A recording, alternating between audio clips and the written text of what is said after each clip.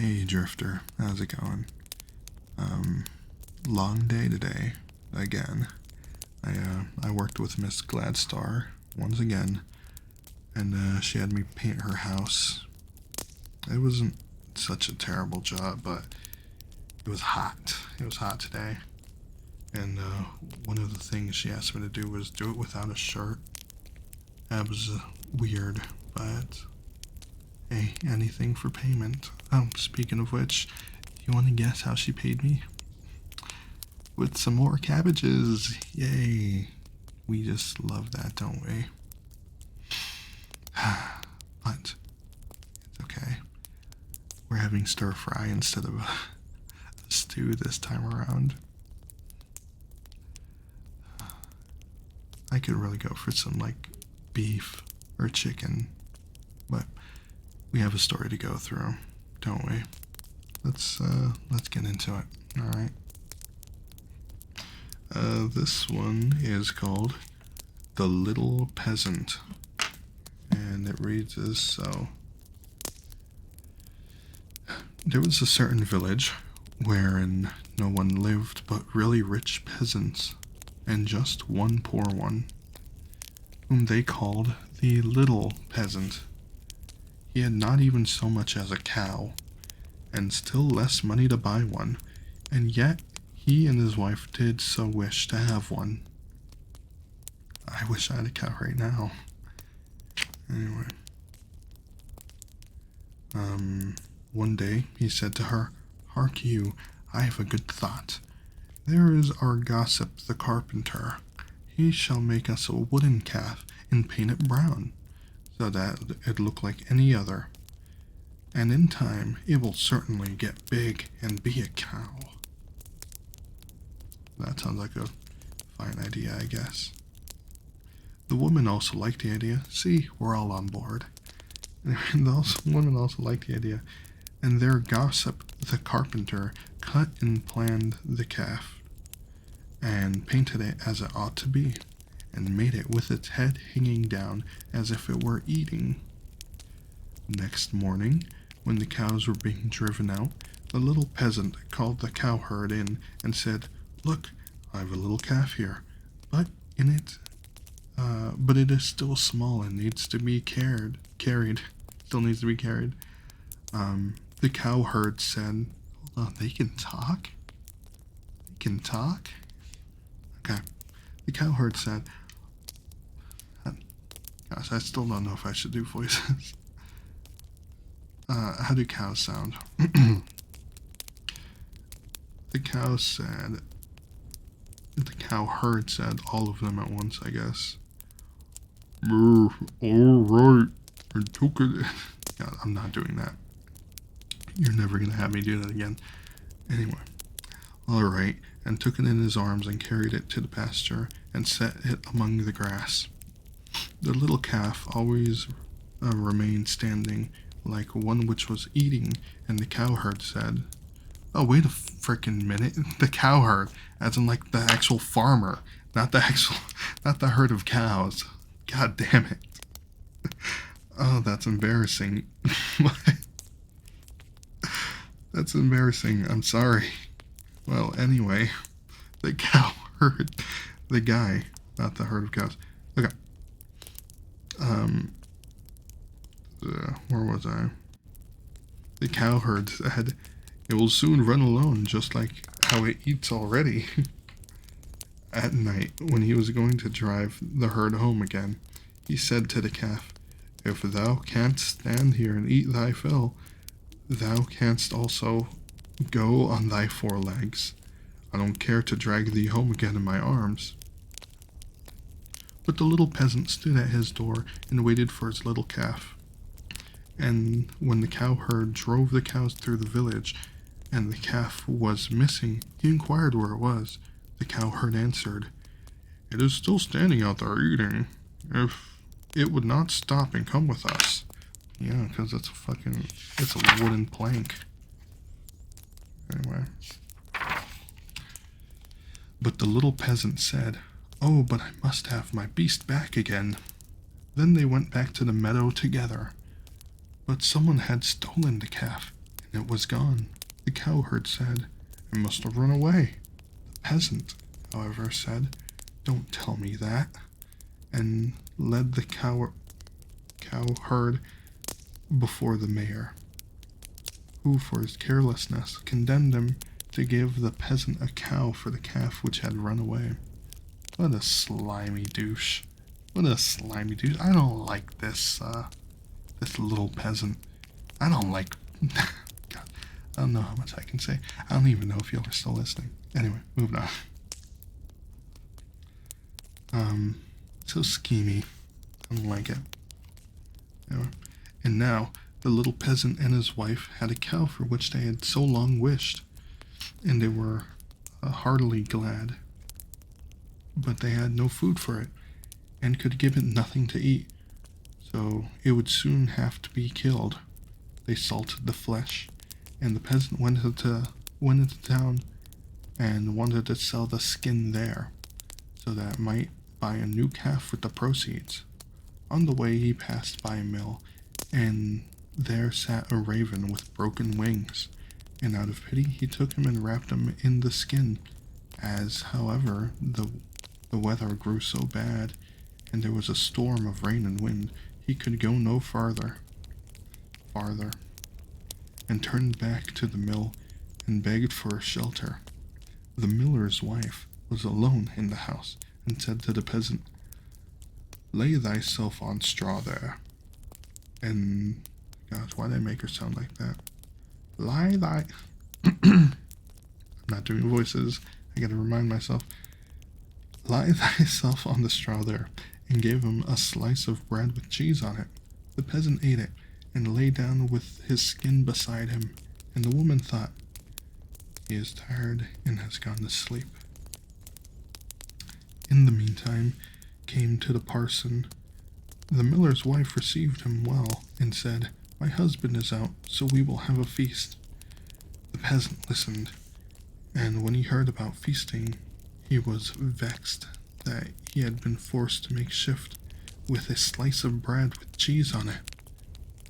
Oh, don't tell me. This guy's gonna be a douche again.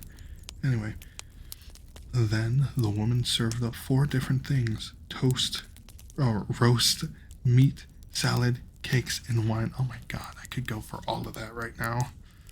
All we have is cabbages. Just as they were about to sit down and eat, there was a knocking outside. The woman said, "Oh heavens, it is my husband."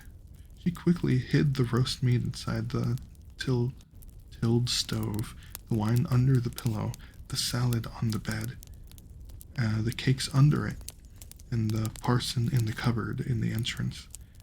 Then she opened the door for her husband and said, "Thank heaven thou art back again. There is such a storm, it looks as if the world were coming to an end." The miller saw the peasant lying on the straw and asked, "What is this fellow doing here? Why'd you bring in a bum?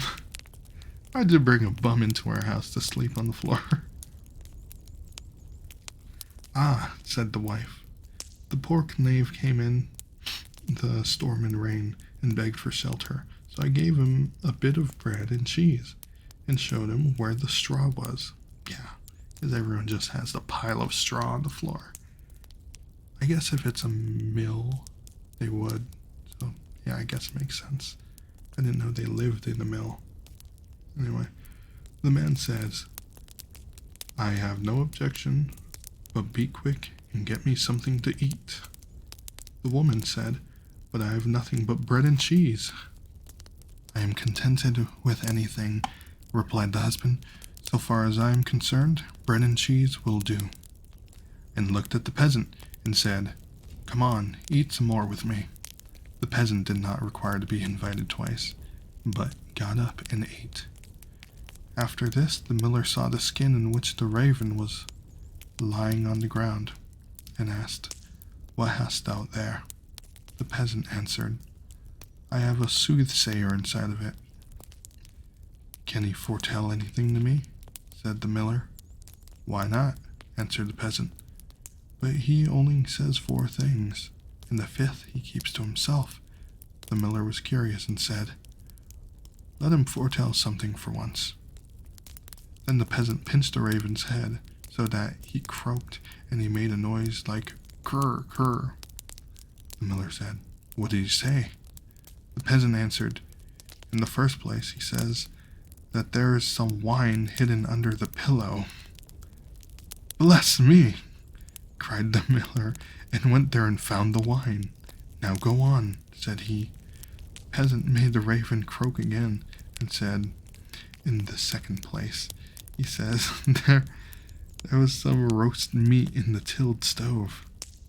"Upon my word," cried the miller, and went thither and found the roast meat. The peasant made the raven prophesy still more, and said, "Thirdly, he says, there is some salad on the bed." "That would be a fine thing," cried the miller, and went there and found the salad. At last, the peasant pinched the raven once more till he croaked, and he said, "Fourthly, he said there are some cakes under the bed." "That would be a fine thing," cried the miller, and looked there and found the cakes. And now the two sat down at the table together, but the miller's wife was frightened to death, and went to bed and took all the keys with her. The miller would have liked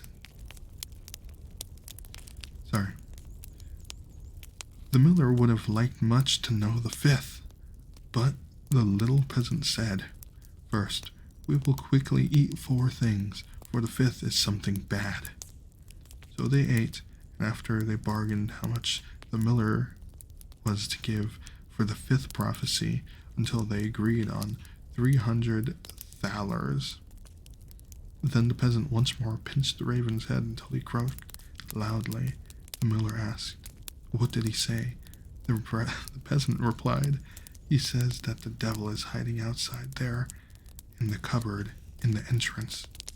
The miller said, "The devil must go out," and opened the house door. Then the woman was forced to give up the keys and unlocked the cupboard. The person ran out as fast as he could.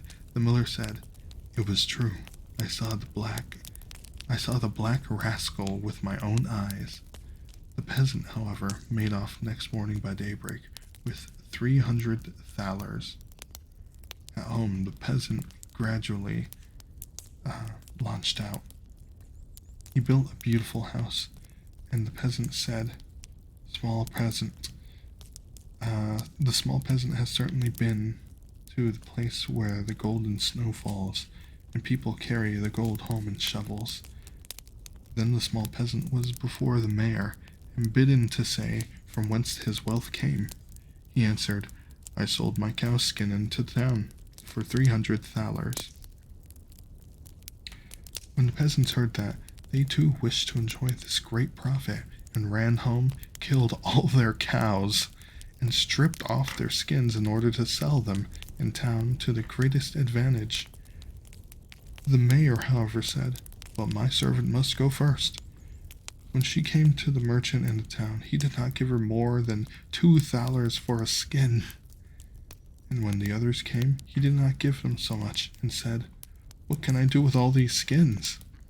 Then the peasants were vexed that the small peasant should have thus outreached them, wanted to take vengeance on them, and accused him of his treachery before the mayor. The innocent little peasant, he's not innocent, come on, he's not innocent. The innocent little peasant was unanimously sentenced to death, and was to be rolled into the water in a barrel pierced full of holes. He was led forth, and the priest was brought, who was to say a mass for his soul. The others were all obliged to retire to a distance, and when the peasant looked at the priest, he recognized the man who had been with the miller's wife. He said to him, "I set you free from the cupboard, set me free from the barrel." At the same moment, up came, with a flock of sheep, the very shepherd who, as the peasant knew, had long been wishing to be mayor. So he cried with all his might, "No, I will not do it.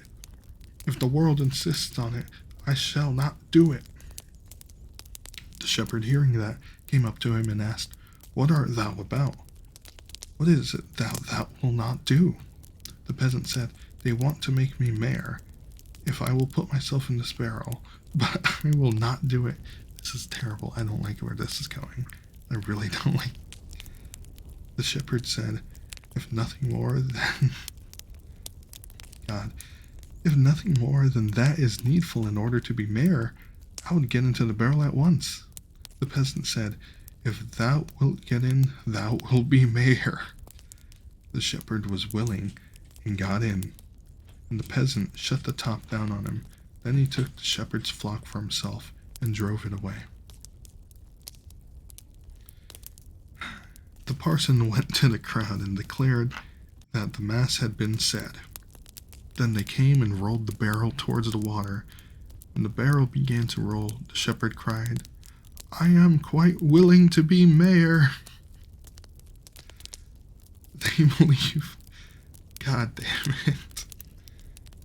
They believed no otherwise than that it was the peasant who was saying this, and answered, "That is what we intend. But first thou shalt look about thee a little down below there." Alright. And they rolled the barrel down into the water. Okay. After that, the peasants went home, and they were entering a village. The small peasant, who also came quietly in, driving a flock of sheep, and looking quite contented. Then the peasants were astonished, and said, "Peasant, from whence comest thou? Hast thou come out of the water?" "Yes, truly," replied the peasant. "I sank deep, deep down, until at last I got to the bottom. I pushed the bottom out of the barrel and crept out, and there were plenty of meadows, of which a number of lambs were feeding, and from hence I brought the flock away with me."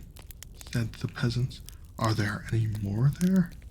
"Oh, yes," he said, "more than I could do anything with."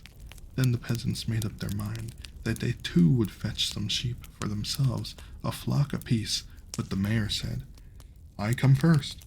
So they went to the water together, and just then there were some of the small fleecy clouds in the blue sky, which were called little lambs, and they were reflected on the water, whereupon the peasants cried, "We already see the sheep down below." The mayor pressed forward and said, "I will go down first and look about me, and if things promise, I'll call you." So he jumped in. Splash went the water. He made a sound as if he were calling them, and the whole crowd plunged in after him as one man. Then the entire village was dead. The entire village was dead, and the small peasant, as sole heir, became a rich man. Holy Christ. That was intense. But, yeah, he's a real sneaky guy. I kind of enjoyed that one. That was really good. But anyway, right? As much as I enjoyed myself, I should really hit the hay. Alright? Anyway, I never say the catchphrase that I'm thinking of making a thing, but I gotta make a habit out of it, don't I? But I'll see you on the Star Belt. Have a good night.